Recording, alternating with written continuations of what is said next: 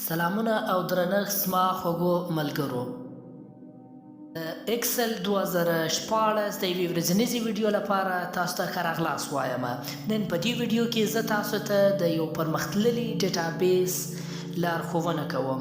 لومړی پړاو کې به تاسې خپل اکسل خلاص کړئ. کله چې مو خپل اکسل خلاص کړئ یو خالي ورک بک به خلاص کړئ.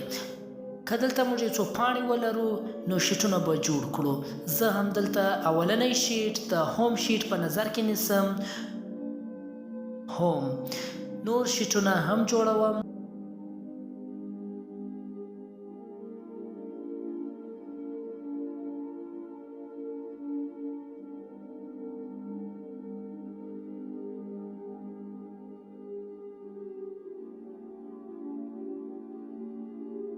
ملګرو تاسو ګورئ چې څلور شیټه مو جوړ کړو. یو شیټ د هوم په نامه ده، یو د ډیلی، یو د منثلي، یو د ایرلی.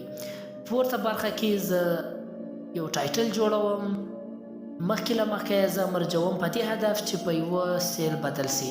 عنوان یې لیکم مثلا منیب کمپنی. فونټ اندازه یې غټوم. فونټ سټایل یې هم تبدیلوم چې ښه او په غوره شکله ښکاره سي.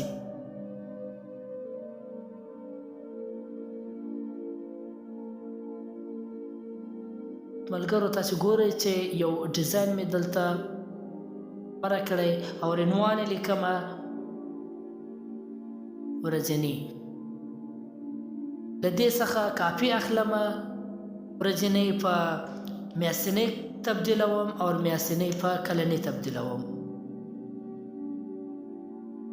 ملګرو تاسو کتلای شئ چې درې بټنې مې جوړې کړې، یوه ورځنۍ، میاشتنۍ او کلنۍ. د ټایټل بیکګراوند کلر تبدیلومه.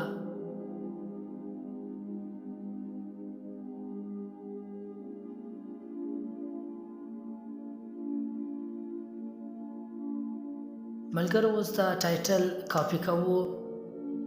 ورځنی شیټ کې هم پیسټوو، په میاشتنۍ شیټ کې هم پیسټوو او په کلنۍ شیټ کې هم پیسټوو.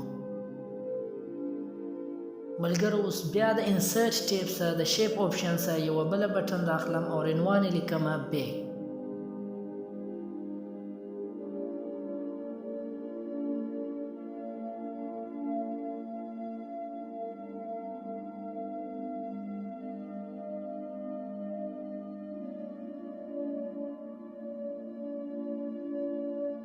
دا هم کافي کوم.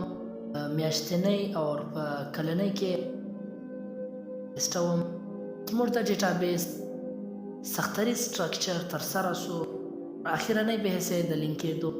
ملګرو که چیرې تاسې لینک کېدل غواړئ، ورځنی لینک له ورځني شیټ سره، میاشتنۍ شیټ له میاشتنۍ شیټ سره لینک کړو او کلنۍ شیټ له کلنۍ شیټ سره لینک کړو، نو په ډېره اسانه توګه یې تاسې لینک کولی شئ. صرف هغه ورځنۍ بټنه سلیکټ کړئ او کنټرول کې پریس کړئ، داسې یوه وینډو به خلاصه سي. بیا به تاسې که چیرې ډیلی ورځنۍ له ورځنۍ سره لینک کوئ، په ورځنۍ باندې صرف کلیک کړئ او په اوکې باندې کلیک کړئ. ملګرو تاسو کتلای شئ چې دا له ورځني شیټ سره لینک سو.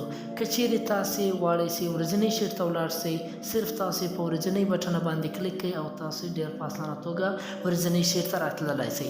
که بیرته چیرې تاسو غواړئ چې له ورځني شیټ څخه په اسانه توګه بیرته هوم شیټ ته ولاړ شئ، صرف کومه بیک بټنه چې ده هغه لینک کړئ له هوم شیټ سره.